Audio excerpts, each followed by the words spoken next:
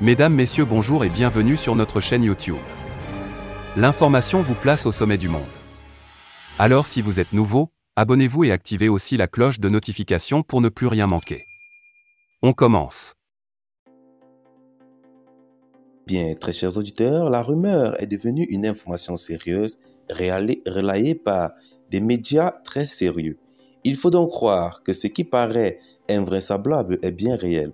Le retour de Blaise Compaoré semble donc acté pour cette semaine, dans quelques heures, selon certaines sources, à l'occasion de la restitution de l'étude rétrospective et prospective 2021 à l'Institut Free Afrique 2021, année précieuse. En janvier 2021, j'avais indiqué qu'une certaine conception de la réconciliation nous mènerait au pays. La réconciliation organisée par et pour les élites politiques qui tenteraient, en jetant par-dessus bord la priorité pressante de la société et le besoin de justice, de nous enfermer dans une entente quasi mafieuse. Nous y sommes de plein pied. Les autorités de la transition ont donc choisi de nous engager dans la voie du pays, mettre les affaires publiques au service de la réconciliation, de l'entre-soi. Par là, elle nous expose à plusieurs dangers majeurs. Le sacre de l'impunité. Dans le rapport de la Commission de la réconciliation nationale et des réformes, en abrégé CRNR, que j'ai eu l'honneur de signer, les principes cardinaux suivants sont rappelés. La réconciliation ne saurait être une prime autant pour nous à l'impunité, pas plus que le pardon ne saurait supprimer la réparation. Quid de la justice dans le cadre de ce retour annoncé?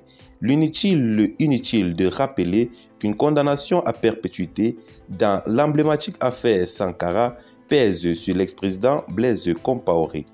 Ont-ils décidé que le destin d'un homme était au-dessus de la justice burkinabé, que le verdict de l'historique procès pouvait être ignoré pour le retour d'un des principaux responsables avec ses anciens amis et ennemis qui ont dirigé le pays pendant plusieurs années, du drame actuel dans lequel est plongé notre pays?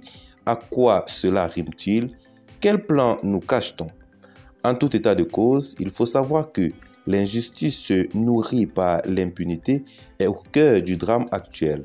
C'est précisément parce que la justice est bafouée dans un pays où l'impunité a miné la gouvernance publique, que l'État est désarmé, que des populations, des jeunes en particulier, quittent le pacte républicain pour rejoindre le camp en face.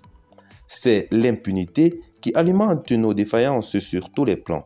Eh bien, s'il est organisé un boulevard d'impunité pour un retour triomphal et revanchard de Blaise Compaoré, nous aurons engagé le scénario du pays dans la réconciliation.